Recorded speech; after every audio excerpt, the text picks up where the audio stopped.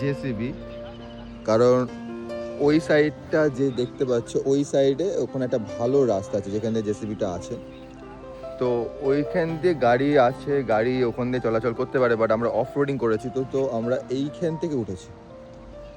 এই যে রাস্তা এখান থেকে গাড়ি যায়, এটা ভালো রাস্তাটা, কিন্তু আমরা যাব এই রাস্তা দিয়ে, এই রাস্তা সোজা একে বেঁকে সোজা পরের দিকে। কেমন লাগছে দাদা আজকে?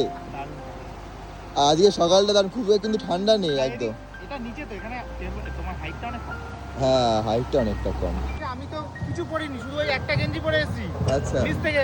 হ্যাঁ, আর দেরি হয়ে গেছে বলে আমি লাগেজ তো খুলেই নি, ওইভাবে পড়ে আছে হসপিটালে, ওইরকম ভাবে পড়েছিল। আচ্ছা, লাগেজ খোলার আর সময় নেই, লাগেজ খুলবো গেছে না কখন না হবে? না না, ঠিক কথা একদম। আমি 5টার সময় বেরিয়েছি, ফেরার সময় ওখান থেকে কি ঠান্ডা লাগছে, যত উপরে উঠছে ঠান্ডা ঠান্ডা লাগছে। হ্যাঁ, হ্যাঁ, হ্যাঁ, আর হ্যাঁ। তার মধ্যে হাওয়া হচ্ছে, বৃষ্টিটা হওয়ার পরে যখনই ওই বৃষ্টি শুধু বৃষ্টি নয়, ওখানে কিন্তু আমার বরফও পড়েছিল, শিলাবৃষ্টি হয়েছিল, মানে আমাদের হাত কাজ করছিল না লাস্টে, এমন